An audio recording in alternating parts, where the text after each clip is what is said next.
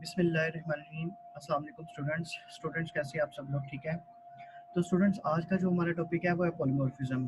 Polymorphism क्या चीज़ होती है, किस तरीके से इसको प्रोग्रामिंग में हम इम्प्लीमेंट करते हैं, इसके एडवांटेजेस क्या है, ठीक है, इस चीज़ को हम डिस्कस करते हैं। ठीक है।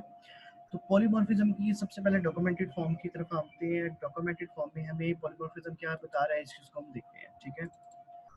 पॉलीमॉर्फिज्म, ठीक है। पॉलीमॉर्फिज्म इज लतीन वर्ड, ये लतीन वर्ड है which means made up of poly means many and morphism means form. Poly से मुराद है कि मैनी और मॉर्फिज्म से मुराद है कि फॉर्म्स, कि एक चीज़ को मैनी फॉर्म्स में मैनी शेप्स में आप इम्प्लीमेंट कर सकते हो। बेसिकली जो पॉलीमॉर्फिज्म है ये लतीन वर्ड है। ठीक है। फ्रॉम द ग्रीक, ग्रीक की डेफिनेशन में हम देखते हैं police many, morphic morphism shape form. तो पोली से मुराद है कि मैनी, मॉर्फिक से मुराद है कि शेप, कि एक चीज की एक से ज्यादा शक्लें हो सकती हैं, एक से ज्यादा फॉर्म्स हो सकती हैं। This is similar to a word having several different meanings depending on the context. ये ऐसे ही है कि एक चीज के डिफरेंट मीनिंग्स होते हैं डिपेंडिंग ऑन द कॉन्टेक्स्ट, के कॉन्टेक्स्ट के ऊपर बेस कर रहा है। फॉर एग्जाम्पल प्रोग्रामिंग के अंदर हम जब ऑब्जेक्ट ओरिएंटेड प्रोग्रामिंग को स्टडी कर रहे हैं तो ऑब्जेक्ट ओरिएंटेड प्रोग्रामिंग में एक चीज को आप कई मेथड से, कई पैरामीटर से देख सकते हो। तो इसी तरह same in the scenario polymorphism को आप कई मेथड से, कई सिनेरियो से देख सकते हो कि एक चीज को डिफरेंट प्लेसेस के ऊपर डिफरेंट मेथड से कॉल किया जा रहा है। फॉर एग्जांपल एक ऑब्जेक्ट है, इनहेरिटेंस के अंदर एक ऑब्जेक्ट पेरेंट क्लास में भी चल रहा है, चाइल्ड क्लास में भी चल रहा है, उसके बाद उसकी चाइल्ड क्लास में भी चल रहा है। तो एक ऑब्जेक्ट डिफरेंट क्लासेस में डिफरेंट एक्शन परफॉर्म कर रहा है। ठीक है।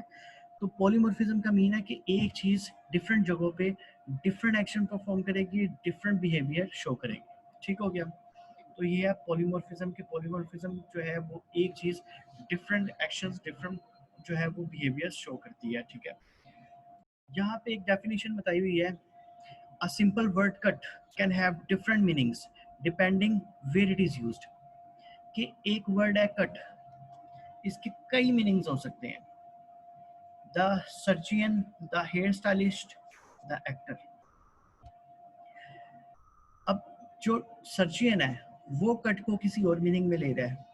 द हेयर स्टाइलिस्ट जो कट को किसी और मीनिंग में लेगा। इसी तरह जो एक्टर है वो कट को किसी और मीनिंग में लेगा। तो एक चीज़ का डिफरेंट लोकेशंस में, डिफरेंट सिनेरियोज में डिफरेंट मीनिंग होता है। तो इसी तरह ऑब्जेक्ट ओरिएंटेड प्रोग्रामिंग के अंदर एक ऑब्जेक्ट डिफरेंट क्लासेस के अंदर डिफरेंट एक्शन परफॉर्म करता है, डिफरेंट स्टाइल परफॉर्म करता है, डिफरेंट बिहेवियर परफॉर्म करता है। ठीक हो गया। अब एक और एग्जांपल लेते हैं, the meaning of the word the operator plus. यहाँ पे हम प्लस ऑपरेटर ले रहे हैं। ठीक है। Arithmetical operator has a different meaning in the expression. अगर 2 + 2 करें, 2 + 2 ऐड टू इंटीजर्स, ये इंटीजर्स को ऐड कर रहा है। ठीक है। देन इन 1.7 + 3.3, अगर 1.7 और 3.3 को ऐड करें तो ये add to floating points number को ऐड कर रहा है। 2 + 2 इंटीजर्स को ऐड कर रहा है, और इसके अलावा अगर हम 1.7 + 3.3 करें तो ये फ्लोटिंग पॉइंट्स नंबर को ऐड करता है। इसी तरह प्लस एक कंकैटिनेशन ऑपरेटर के तौर पे भी काम करता है। कंकैटिनेशन ऑपरेटर के तौर पे कब काम करेगा? जब हम दो स्ट्रिंग्स को ऐड करेंगे तो ये कंकैटिनेशन ऑपरेटर के तौर पे काम करेगा। तो एक जो ऑपरेटर है प्लस, ये एडिशन का काम भी कर रहा है, ये कंकैटिनेशन का काम भी कर रहा है। ठीक है। और फ्लोटिंग पॉइंट्स नंबर को भी ऐड कर रहा है और इंटीजर्स टाइप को भी ऐड कर रहा है। तो जस्ट एक वर्ड का, फॉर एग्जांपल प्लस का जो ऑपरेटर है वो कंकैटिनेशन में भी काम कर रहा है और डिफरेंट लोकेशंस में, डिफरेंट जगहों पे डिफरेंट एक्शंस परफॉर्म कर रहा है। ठीक हो गया। अब इसके बाद देखते हैं हम टाइप्स ऑफ पॉलीमॉर्फिज्म। पॉलीमॉर्फिज्म को फर्दर 2 टाइप्स में डिवाइड किया गया हुआ है। ठीक है। अब ये टाइप्स क्या कहती हैं पॉलीमॉर्फिज्म की, इनका वर्कआउट क्या है, किस तरीके से इनको मतलब हम एक्चुअल लाइफ में किस तरीके से एग्जांपल्स ले सकते हैं और इसको प्रोग्रामिंग में किस तरीके से परफॉर्म कर सकते हैं, इसको डिस्कस करते हैं। तो पॉलीमॉर्फिज्म का तो आपको आइडिया हो चुका है। पॉलीमॉर्फिज्म है कि एक चीज़ को मल्टीपल टाइम डिफरेंट बिहेवियर के साथ आप देख सकते हैं। ठीक है। और इसी तरह हम देखते हैं कंपाइल टाइम पॉलीमॉर्फिज्म, ये इसकी फर्स्ट टाइप है, और रन टाइम पॉलीमॉर्फिज्म ये इसकी सेकंड टाइप है। Function and operator overloading. Compile time polymorphism के अंदर फंक्शन और ऑपरेटर ओवरलोडिंग होते हैं। रन टाइम पॉलीमॉर्फिज्म के अंदर आप वर्चुअल फंक्शन यूज करते हैं, ठीक है। अब ये फंक्शन या ऑपरेटर ओवरलोडिंग क्या होता है और पॉलीमॉर्फिज्म वर्चुअल फंक्शन क्या होता है, इस चीज को हम आगे डिस्कस करते हैं। ओवरलोडिंग ओवरराइडिंग आपको पहले भी पढ़ाया गया है, वह किस तरीके से ओवरलोडिंग करते हैं, किस तरीके से ओवरराइडिंग करते हैं, ठीक है।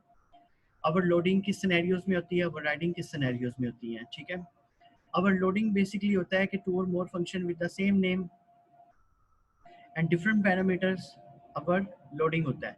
ओवरराइडिंग होता है टू और more function with the same name and with the same parameters, उसको ओवरराइडिंग कहते हैं।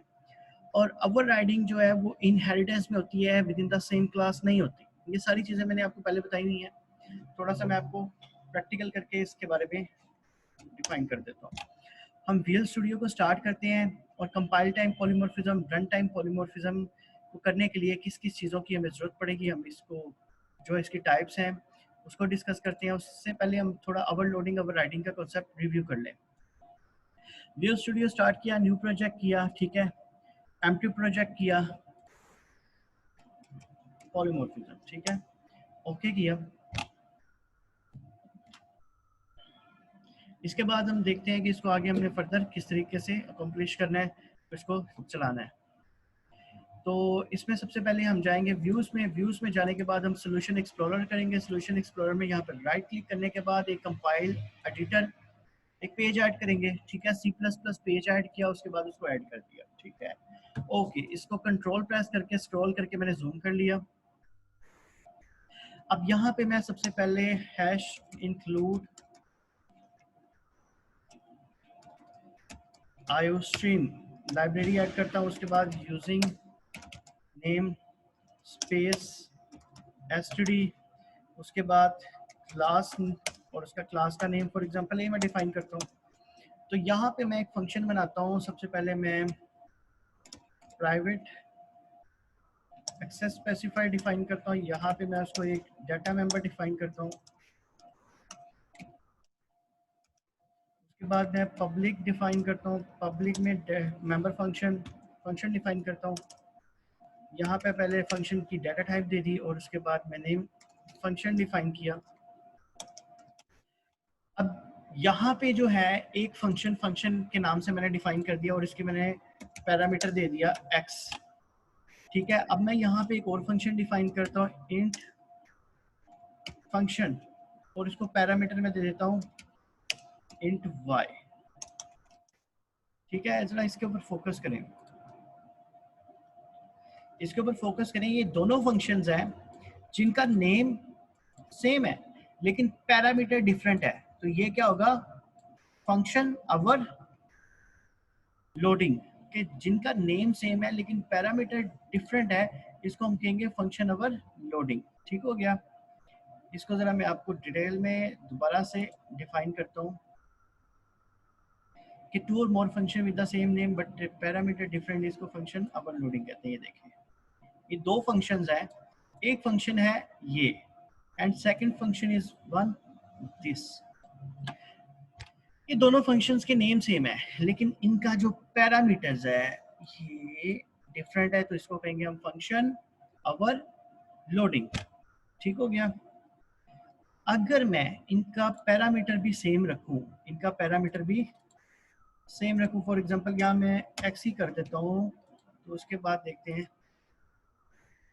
क्या एरर्स होते हैं हमारे पास।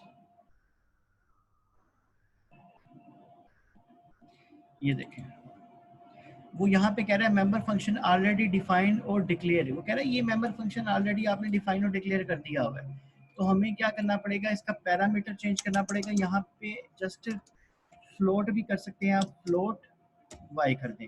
जब आप फ्लोट वाई करेंगे तो ये एरर डिफाइन नहीं करेगा, ठीक हो गया। सेम इन द सिनेरियो, अगर आप यहाँ पे फंक्शन अगर राइडिंग करना चाहते हैं तो आपको एक और क्लास जनरेट करनी पड़ेगी, क्लास बी, इनहेरिट करेंगे उसको क्लास ए के साथ, ठीक है। अब यहाँ पे आप पब्लिक बना लें, ठीक है। पब्लिक बनाने के बाद यहाँ पे आप यहाँ पे पब्लिक करेंगे, पब्लिक, ये इनहेरिटेंस हो रही है। तो अब यहाँ पे आप अगर ओवर राइडिंग करना चाह रहे हैं, ठीक है, फंक्शनल ओवर राइडिंग, तो यहाँ पे आप डिफाइन कर सकते हैं इन फंक्शन इंट एक्स। तो दो फंक्शंस हैं जिनके नेम भी सेम है और उनके पैरामीटर भी सेम है, ठीक है। अब ये फंक्शन इसका नाम और ये फंक्शन इसका नाम सेम है, ये फंक्शन ओवरराइडिंग हो रही है, लेकिन इनहेरिटेंस में होता है, ओवरलोडिंग जो होता है with in the same class हो जाता है, ठीक है। अब हम अपने दोबारा डॉक्यूमेंटेड वर्कआउट पे आते हैं, compile time polymorphism function and operator overloading, ठीक है। Run time polymorphism visual function. इससे आगे चलते हैं, method and function overloading. Overloading a function simply means that a function is not only defined its name but by its name and parameter type. आपने function का name भी define करना और उसकी पैरामीटर टाइप भी डिफाइन करनी है। Following functions are different: int area, int I, int k, void area, float I, float k, float area। ये सारी की सारी एग्जांपल जो हैं 1 2 3 ये फंक्शन ओवर लोडिंग की एग्जांपल हैं। किस चीज की एग्जांपल्स हैं ये? फंक्शन ओवर लोडिंग की एग्जांपल है। सेम इन द सिनेरियो, देखिए ना, फंक्शन का नेम सेम है लेकिन उसका मतलब डाटा टाइप, उसके पैरामीटर्स जो है वो डिफरेंट है। Okay, is it clear? इसके बाद ये एक जो है प्रोग्राम बनाया हुआ है, ठीक है, फंक्शन, और इसी तरह ये एक प्रोग्राम बनाया हुआ है, इसको देख सकते हैं आपको, ये सी शार्प के अंदर डिफाइन किया हुआ है। इसी प्रोग्राम को मैं आपको विजुअल स्टूडियो के अंदर C++ में डिफाइन कर देता हूँ। यहाँ पे फ्लोट है, फ्लोट वाई, इंट, यहाँ पे ये क्या चीज़ है, ओवरलोडिंग हो रही है, और अगर इसके साथ इसको कंपेयर करें तो ये क्या हो रहा है, ओवर राइडिंग हो रही है। तो कंपाइल टाइम पॉलीमॉर्फिज्म और रन टाइम पॉलीमॉर्फिज्म के अंदर, ठीक है, ये चीज़ को आपने देखना है, फंक्शन ओवरलोडिंग ओवर राइडिंग का कॉन्सेप्ट क्लियर करना है कि ये होता क्या है, किस तरीके से इसको यूज़ किया जाता है, ठीक है। इसके बाद हम आगे चलते हैं, method over riding. Method over riding मैंने आपको ऑलरेडी बता दिया किस तरीके से करते हैं। Runtime polymorphism. Runtime polymorphism also called dynamic polymorphism. ठीक है, dynamic binding, late binding is also consider as object oriented feature of C sharp. C sharp में कर सकते हैं, C++ में। यहाँ पे सी शार्प इसलिए यूज किया गया हुआ है कि सी शार्प एक एडवांस लेवल के ऊपर आपका कोड है, कोड प्रोग्रामिंग होती है, लेकिन आप लोगों ने इसको C++ में करना है। Dynamic mean object are created as run time, at run time. Dynamic से मुराद है कि आप ऑब्जेक्ट्स को रन टाइम के ऊपर क्रिएट कर सकते हैं। Dynamic binding offer generate flexibility and a high level of abstraction than static binding because it is done on the fly when a program execute.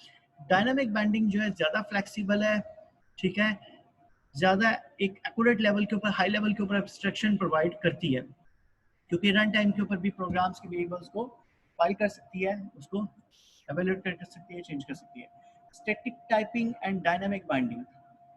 Static typing means that the legality of a member function invocation is checked at the earliest possible moment by the compiler at runtime, ठीक है। मतलब static binding से मुराद है कि आप compile, इसको programme को रन करने से पहले ही जो उसको एडजस्ट कर सकते हैं, कर सकते हैं। डायनेमिक बाइंडिंग में है कि आप कंपाइल टाइम के ऊपर भी प्रोग्राम को जो है, रन टाइम के ऊपर भी प्रोग्राम को मतलब फ्लेक्सिबिलिटी होती है, आप उसको उसके अंदर वेरिएबल्स इंट्रोड्यूस करवा सकते हैं और उसके अंदर जो है वो मूवमेंट्स उसमें चेंजिंग्स कर सकते हैं। Dynamic binding means that the address of the code is a member function invocation is determined at the last possible moment based on the dynamic type of the object at runtime. It is called dynamic binding because the binding to the code that actually get called is accomplished dynamically at runtime. कि आप dynamic binding के अंदर आपके पास flexibility होती है कि run time के अंदर भी कोड को आप अमेंडमेंट कर सकते हैं, ठीक हो गया। इसके बाद देखते हैं static typing and dynamic binding. इसकी मतलब फर्दर डिफाइन की हुई है। With static binding, you get better runtime efficiency because the compiler can actually optimize the code before it is running. Dynamic binding में जो है आप मतलब ये थोड़ा सा रन टाइम एफिशिएंसी इसकी फास्ट होती है क्योंकि पहले कोड कंपाइल हो जाता है, उसके बाद ये उसको चला देता है, उसमें कोई मतलब अमेंडमेंट्स, उसमें चेंजिंग की गुंजाइश नहीं रहती। स्टैटिक बाइंडिंग में, सॉरी, डायनेमिक बाइंडिंग जो होती है offer greater flexibility and a high level of abstraction than static binding because it is done on the fly when a program execute. Program execution के अंदर भी आपके पास चांसेस होते हैं, आपके पास अपॉर्चुनिटीज होती हैं कि आप उसको मतलब चेंज कर सकते हैं, उसमें वेरिएबल्स इंट्रोड्यूस कर सकते हैं, उसके अंदर वेरिएशंस ला सकते हैं। The CLR known how much memory to take up for the static method object. CLR define कर रहा है कि कितनी मेमोरी जो है वो स्टैटिक मेथड ऑब्जेक्ट कंज्यूम कर रहा है, ठीक है, स्टैटिक मेथड जो है ऑब्जेक्ट उसको यूज कर रहा है. The CLR does not know how much memory is take up the for the dynamic method. Dynamic के अंदर आप रन टाइम के ऊपर चेंजिंग कर रहे हैं तो CLR कभी भी इसको कंसिडर नहीं कर सकता, इसको रिकॉग्नाइज नहीं कर सकता. तो ये था बेटा जी आपका आज का टॉपिक पॉलीमॉर्फिज्म का. इसकी थ्योरी आज हमने पढ़ी है, इसकी डिटेल समरी में आपको बता देता हूँ. पॉलीमॉर्फिज्म बेसिकली होता है कि एक चीज को आप मल्टीपल टाइम यूज कर सकते हैं, ठीक है. एक चीज डिफरेंट कंडीशंस के अंदर डिफरेंट बिहेवियर शो करती है. चाइल्ड क्लास में उसका कुछ और बिहेवियर होगा, पेरेंट क्लास में कुछ बिहेवियर होगा. फॉर एग्जाम्पल एक कट का वर्ड है, ठीक है, तो कट का वर्ड डिफरेंट जगहों पे डिफरेंट होता है. जो एक हेयर स्टाइलिश होता है बाल काटने वाला, वो कट को कंसीडर करेगा कि बाल काटने हैं, ठीक है. अगर आप पेपर को काटते हैं तो कट का मकसद है आप पेपर काट रहे हैं, ठीक है. तो डिफरेंट स्टेरियोस में डिफरेंट कट का एक मीनिंग है, वर्ड है. इसी तरह प्लस का साइन आप यूज करते हैं तो प्लस का साइन डिफरेंट लोकेशन में डिफरेंट सिनेरियो में डिफरेंट होता है. अगर आप प्लस के साइन को टू वैल्यूज को इंटीजर्स को ऐड करने के लिए यूज करें तो वो क्या करेगा, दो वैल्यूज को ऐड करेगा. फ्लोटिंग पॉइंट नंबर को ऐड करने के लिए यूज कर रहे हैं तो फ्लोटिंग पॉइंट नंबर्स को ऐड करेगा. अगर आप उसी प्लस को दो स्ट्रिंग्स को ऐड करने के लिए यूज कर रहे हैं तो वो स्ट्रिंग्स को ऐड करेगा. ठीक हो गया. तो ये था आज का प्रोसीजर, ये था आज की जो है आपका टॉपिक पॉलीमॉर्फिज्म. इसको अच्छे तरीके से देखें समझें और इंशाल्लाह ताला नेक्स्ट लेक्चर में पॉलीमॉर्फिज्म के प्रोग्राम को हम इंप्लीमेंट करेंगे और उसके बाद आगे चलेंगे. ठीक है, ओके बेटा, अल्लाह हाफिज़, अपना ख्याल रखिएगा.